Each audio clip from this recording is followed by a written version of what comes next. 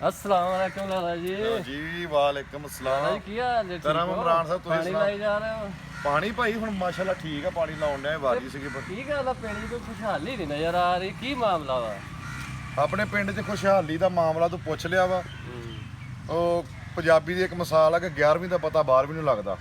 ਸਿਆਣੇ ਦੇ ਮੂੰਹ ਮੈਂ ਅਕਸਰ ਸੁਣਦਾ ਰਿਹਾ ਵਾਂ ਕਿ ਕੋਈ ਵੀ ਚੀਜ਼ ਆ ਸਿਆਣੇ ਦਾ ਕਿਹਾ ਤੇ ਔਲਿਆਂ ਦਾ ਖਾਦਾ ਵੀ ਬਾਅਦ 'ਚ ਪਤਾ ਲੱਗਦਾ। ਸਾਡੇ ਪਿੰਡ ਦੀ ਖੁਸ਼ਹਾਲੀ ਸੁਣ ਲਾ ਹੁਣ, ਗੱਲਾਂ ਤਲਖਵਾ ਕਰ ਦੇਣੀਆਂ ਤੂੰ ਪੁੱਛ ਲਈਆਂ ਵਾ। ਠੀਕ ਹੈ, ਨਹੀਂ ਕਰਨੀਆਂ ਚਾਹੀਦੀਆਂ। ਸਾਡੇ ਇਹ ਹਿਸਾਬ ਆ ਕਿ ਜਿਹੜਾ ਕੋਈ ਮੁੰਡਾ ਬੱਚਾ ਕੋਈ ਵੀ ਪੜ੍ਹਦਾ ਵਾ, ਪੜ੍ਹ ਲਿਖ ਕੇ ਤਰੱਕੀ ਹੁੰਦੀ ਆ, ਸਾਰਾ ਖਾਨਦਾਨ ਪਹਿਲਾਂ ਉਹਨੂੰ ਪੜ੍ਹਨ ਤੇ ਜ਼ੋਰ ਲਾਉਂਦਾ, ਸਾਰੇ ਰਲ ਮਿਲ ਕੇ ਯਾਰ ਮਾੜੇ ਘਰ ਵਾ ਇਹਨੂੰ ਪੜ੍ਹਾਓ, ਕੋਈ ਕੱਲ ਨੂੰ ਕਿਸੇ ਫਾਇਦੇ 'ਚ ਹੋ ਜਾਾਂਗੇ। ਉਹ ਜਦੋਂ ਪੜ੍ਹ ਲਿਖ ਜਾਂਦਾ ਵਾ ਉਹ ਅਫਸਰ ਅੱਲਾ ਉਹਨੂੰ ਬਣਾ ਦਿੰਦਾ ਵਾ, ਕੋਈ ਡਾਕਟਰ ਬਣ ਜਾਂਦਾ। ਬਲਕਿ ਤੈਨੂੰ ਮੈਂ ਕੀ ਦੱਸਦਾ ਵਾਂ ਕਿ ਆਪਣੇ ਪਿੰਡ ਦੇ ਡਾਕਟਰ ਵੀ ਆ, ਵੱਡੇ ਲੈਵਲ ਦੇ ਕੈਪਟਨ ਤੱਕ ਰਹੇ ਆ, ਸਾਡੇ ਪਿੰਡ ਦੇ ਜ਼ਿਲ੍ਹੇਦਾਰ ਤੱਕ ਰਹੇ ਆ, ਸਾਡੇ ਪਿੰਡ ਦੇ ਮਿੱਲਾਂ ਦੇ ਡਾਇਰੈਕਟਰ ਤੱਕ ਰਹੇ ਆ, ਸਾਡੇ ਪਿੰਡ ਦੇ ਚੇਅਰਮੈਨ ਅੱਪਰ ਲੈਵਲ ਤੱਕ ਰਹੇ ਆ, ਯਾਨੀ ਕਿ ਸਾਡੇ ਪਿੰਡ ਦੇ ਅੱਪਰ ਲੈਵਲ ਦੇ ਵਕੀਲ ਵੀ ਇਸ ਪਿੰਡ ਦੇ ਆ। ਅੱਛਾ, ਹੁਣ ਤਰੱਕੀ ਨਾਂ ਦੀ ਵਜ੍ਹਾ ਸੁਣ ਲਾ ਵੀ ਜਿਹੜਾ ਕੋਈ ਥੋੜਾ ਜਿਹਾ ਤਾਂ ਹੁੰਦਾ ਵਾ ਉਹ ਮੁੜ ਕੇ ਸ਼ਹਿਰ ਨੂੰ ਚਲ ਜਾਂਦਾ ਵਾ ਕਿ ਜੀ ਇੱਥੇ ਤਰੱਕੀ ਹੈ ਨਹੀਂ, ਇੱਥੇ ਫਲਾਨੀ ਸ਼ਹਿਰ ਹੈ ਨਹੀਂ।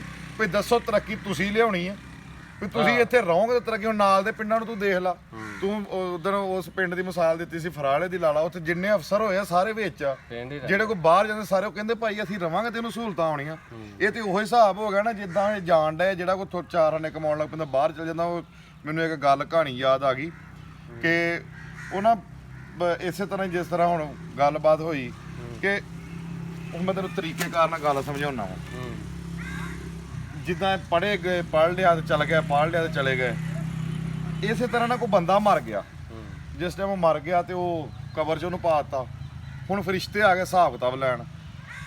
ਉਹ ਹੁਣ ਫਰਿਸ਼ਤਾ ਇੱਧਰਲੇ ਪਾਸੇ ਆਵੇ ਉਹ ਮੂੰਹ ਐਂ ਨੂੰ ਕਰ ਲਵੇ, ਇੱਧਰਲੇ ਪਾਸੇ ਆਵੇ ਮੂੰਹ ਐਂ ਨੂੰ ਕਰ ਲਵੇ। ਉਹ ਨਾ ਖਰ ਕਾਬੂ ਕੂਬੂ ਕੀਤਾ ਕਰਕੇ ਉਹਨੂੰ ਨਾ ਧੱਕੇ ਨਾਲ ਕੋਈ ਹਿਸਾਬ ਕਿਤਾਬ ਲਿਖਾਇਆ। ਲਿਖਾ ਕਹਿੰਦੇ ਹੁਣ ਚੰਗਾ ਰਿਹਾ। ਉਹਨੇ ਕਿਹਾ ਜਿਹੜਾ ਹਿਸਾਬ ਤੁਸੀਂ ਫੜਿਆ ਨਾ, ਜਿਹੜਾ ਹੱਥ ਤੁਸੀਂ ਰੱਖਿਆ, ਇੱਥੇ ਵੜਨ ਕੋਈ ਨਹੀਂ ਲੱਗਾਗਾ। ਚੌਰੀ ਜਿਹੜੇ ਹਿਸਾਬ ਨਾਲ ਸਾਡੇ ਪਿੰਡ 'ਚ ਲੋਕ ਤਰੱਕੀ ਕਰਕੇ ਬਾਹਰ ਜਾਈ ਜਾਂਦੇ ਨਾ, ਤੂੰ ਤਾਂ ਕਹਿੰਦਾ ਖੁਸ਼ਹਾਲੀ ਨਹੀਂ, ਆਉਣ ਵਾਲੇ ਵਕਤ ਵਿੱਚ ਤੈਨੂੰ ਇੱਥੇ ਬੰਦਾ ਨਹੀਂ ਲੱਭਣਾ। ਅੱਛਾ, ਬਾਹਰ ਜਾਣ ਤੋਂ ਤੁਸੀਂ ਕਹਿ ਰਹੇ, ਇਹ ਵੀ ਸੁਣਨ ਵਾਲਿਆਂ ਨੂੰ ਦੱਸ ਦਿਓ ਵੀ ਬਾਹਰ ਮੁਲਕੋਂ ਨਹੀਂ ਜਾਂਦੇ, ਵੈਸੇ ਚੱਲ ਜਾਂਦੇ। ਸ਼ੈਲੈਲਪੁਰ ਚਲ ਜਾਂਦੇ ਨਾ ਸ਼ਹਿਰ, ਉਹ ਚੰਗਾ ਲੱਗਦਾ ਵਾ। ਤੇ ਮੈਨੂੰ ਤੂੰ ਦੱਸ, ਜਿਹੜੇ ਖੁੱਡਣੇ ਵਾਲੇ ਬਣੇ ਆ, ਜਿੱਥੇ ਮਿੱਲਾਂ ਬਣੀਆਂ ਜਾਂ ਕੋਠੀਆਂ ਵਰਾਨੇ ਸੀਗੇ, ਲੋਕਾਂ ਨੇ ਆਬਾਦ ਕੀਤੇ।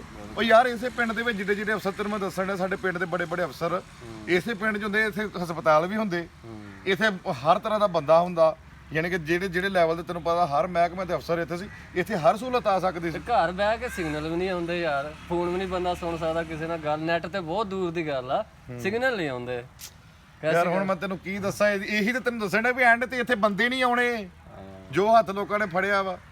ਤੇ ਮੇਰਾ ਗੱਲ ਕਰਨ ਦਾ ਮਕਸਦ ਇਹ ਆ ਕਿ ਮੈਂ ਮਿਹਨਤ ਕਰਦਾ ਇਹਨਾਂ ਲੋਕਾਂ ਦੀ, ਜੇ ਪਿੰਡ ਨੂੰ ਖੁਸ਼ਹਾਲੀ ਹੋਣਾ। ਜਿਹੜੇ ਬੰਦੇ ਨੇ ਬਾਗ ਲਾਇਆ ਸੀ, ਆ ਬਾਗ 'ਚ ਅਸੀਂ ਖਲੋਤੇ ਆ ਯਾਰ, ਉਸ ਬੰਦੇ ਨੇ ਜਿਸ ਪਿੰਡ 'ਚ ਲਾਇਆ ਸੀ, ਅੱਜ ਵੀ ਬਾਗ ਦੇ ਥੱਲੇ ਖਲੋਤੇ ਮੈਨੂੰ ਨੇਕੀਆਂ ਜਾਣ ਡੀਆਂ। ਜੇ ਤੁਸੀਂ ਜ਼ਿੰਦਗੀ ਦੇ ਵਿੱਚ ਕਿਸੇ ਉੱਡਦੇ ਤੇ ਹੋ, ਪਿੰਡ ਦੇ ਵਿੱਚ ਰਵੋ, ਇੱਥੇ ਰਵੋ, ਤੇ ਇਹਨੂੰ ਖੁਸ਼ਹਾਲੀ ਆਉਣੀ ਹੈ। ਜਿਹੜਾ ਬੰਦਾ ਤਗੜਾ ਹੋ ਜਾਂਦਾ ਇੱਥੋਂ ਜਾਈ ਜਾਂਦਾ, ਸਹੂਲਤ ਤੇ ਕਿੰਨੇ ਖੇਲ ਆਉਣੀ। ਇਸ ਗੱਲਾਂ ਨੂੰ ਨਾ ਛੇੜ, ਦੁੱਖ ਦੀਆਂ ਗੱਲਾਂ ਤੂੰ ਛੇੜ ਦਿੱਤੀਆਂ ਇਮਰਾਨ ਭਾਈ। ਚਲੋ ਜੀ ਕਰ ਦਿਓ ਬੰਦ।